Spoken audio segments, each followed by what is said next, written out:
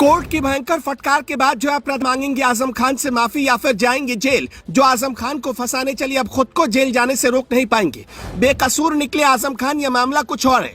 Court ने सुनाया फैसला तो एक झटके में हो गया साबित। अब बाहर आते ही होगा एक एक हिसाब किताब। चुनाव से पहले गुड न्यूज मिलेगी। आजम खान से पंगा पड़ गया भारी, ऐसे केस में फंसी जिंदगी भर चुनाव लड़ नहीं पाएंगी। बीजेपी के इशारों पर आजम को फंसाने का ऊपर वाले ने सिला दे दिया।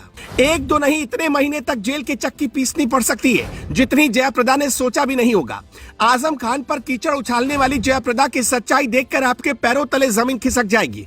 कोर्ट में जज साहब ने इतनी बड़ी बात कह दी कि जयाप्रदा के साथ साथ बीजेपी के लिए भी भारी मुसीबत खड़ी हो गई है। कानून के घर में देर से सही लेकिन इंसाफ पूरा हुआ। दरअसल फिल्म एक्ट्रेस जयाप्रदा भारी मुसीबत में फंस चुकी हैं। कोर्ट ने एक ऐसा फैसला सुनाया कि 6 दिसंबर को जयाप्रदा के सियासी पारी का आखिरी दिन साबित हो सकता है।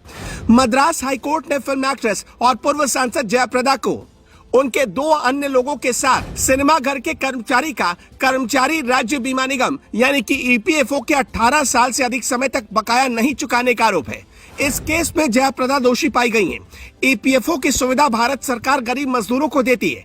इसमें प्राइवेट सेक्टर में काम करने वाले मजदूरों को बीमा कवर मिलता है।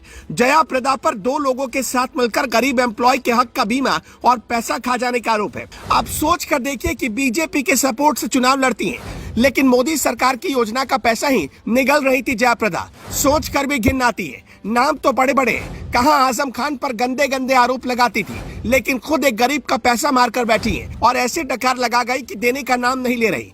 नतीजा की पीड़ित को कोर्ट का दरवाजा खटखटाना पड़ा।